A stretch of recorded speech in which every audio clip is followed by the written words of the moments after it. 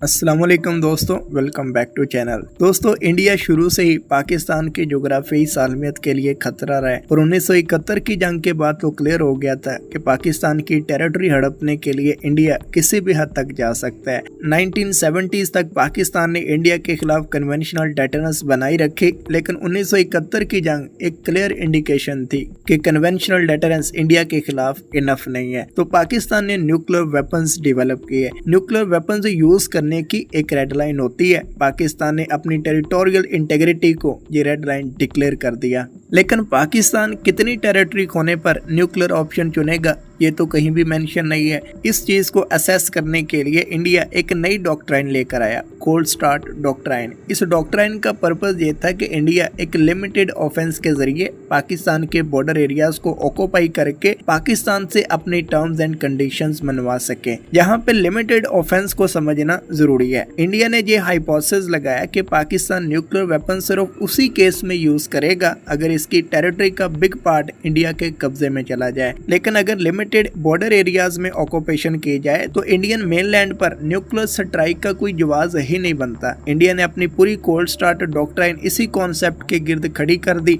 और Indian planners इसको एक किस्म का मास्टर स्ट्रोक समझ रहे थे, क्योंकि जिस किस्म का कन्वेंशनल बिल्डअप इन्होंने किया था इसको कन्वेंशनली काउंटर करना पाकिस्तान के बस की बात नहीं थी। तो पाकिस्तान ने दोबारा न्यूक्लियर रास्ता चुना, अपने न्यूक्लियर वॉरहेड्स का साइज डिक्रीज किया और nuclear capable tactical ballistic missile Nasr develop किया। इसका पर्पस ये था कि अगर इंडियन मिलिट्री पाकिस्तान मिलिट्री को ओवररन कर जाती है और पाकिस्तानी टेरिटरी पर कब्जा कर लेती है तो इन पॉइंट्स के ऊपर टैक्टिकल बैलिस्टिक मिसाइल फायर कर दिए जाएं। ये चीज इंडियन मिलिट्री प्लानर्स के लिए फिर से सरदर्द बन गई, क्योंकि अगर इंडियन मिलिट्री पाकिस्तानी टेरिटरी में घुस भी जाती है तो इसका जिंदा लौटना नामुमकिन है। इंडिया की कोल्ड स्टार्ट डॉक्ट्राइन पर पानी फिर गया था और इंडिया पाकिस्तान की टेरिटरी में दिलचस्पी खो बैठा। 2002 से लेकर 2018 तक पाकिस्तान और इंडिया के दरमियान कोई भी मेजर स्टैंड ऑफ नहीं हुआ, लेकिन बीजेपी के पावर में आने से एक किस्म का थ्रेट तो था।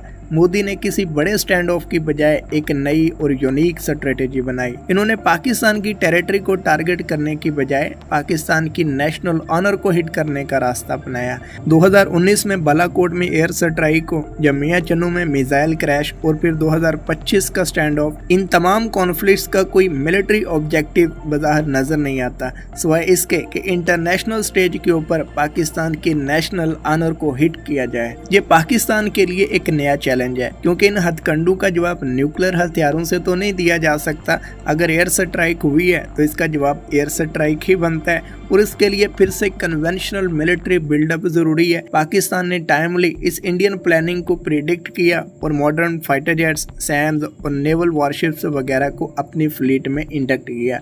अब पाकिस्तान की स्ट्रेटेजी ये मालूम होती है कि इंडियन मिलिट्री की लिमिटेड वॉर प्लानिंग को इनके अपने खिलाफ इस्तेमाल किया जाए। 2025 में पाकिस्तान ने राफेल फाइटर को शॉट डाउन करके इंडिया की अपनी नेशनल ऑनर को खतरे में डाल दिया है। अब इंडियन एयरफोर्स इस कदर एम्बेरसमेंट का शिकार है कि इनका जो हार्डवेयर नुकसान हुआ है उसके बारे में बिल्कुल भी बात नहीं कर पा रहे। अगरचे इंडियन फैन बॉयज पूरे मीडिया पर इंडियन लॉसेस को डिनाई करते फिरते हैं, लेकिन इनके जो प्लानर्स हैं उन तक क्लियर मैसेज पहुंच गया है कि तुम कोई भी स्ट्रेटेजी बना लो, पाकिस्तान पर हावी नहीं हो पाओगे। लेकिन यहाँ पे एक चीज वाकई नोटिसेबल है कि ट्रेडिशनली पाकिस्तान न्यूक्लियर ऑप्शंस को ही चुनता है। 1971 की जंग के बाद न्यूक्लियर वेपन्स, कोल्ड स्टार्ट के बाद टैक्टिकल मिसाइल्स, लेकिन मोदी की नई प्लानिंग से पाकिस्तान को फिर से कन्वेंशनल आर्म्स रेस में घसीट लिया गया है। और जिस तरह की हमारी मुआशी हालत है, हमें मिलिट्री बिल्डअप के लिए अपनी सिविलियन डेवलपमेंट को सैक्रिफाइस करना पड़ेगा। जहाँ पे एक सोल्यूशन है जिससे हम अपनी मिलिट्री को बिल्ड कर सकते हैं बिना सिविलियन डेवलपमेंट को जियोपार्डाइज किए, बल्कि इस मिलिट्री बिल्डअप में हमारी इकोनॉमी भी फायदा उठा सकती है। वो सोल्यूशन है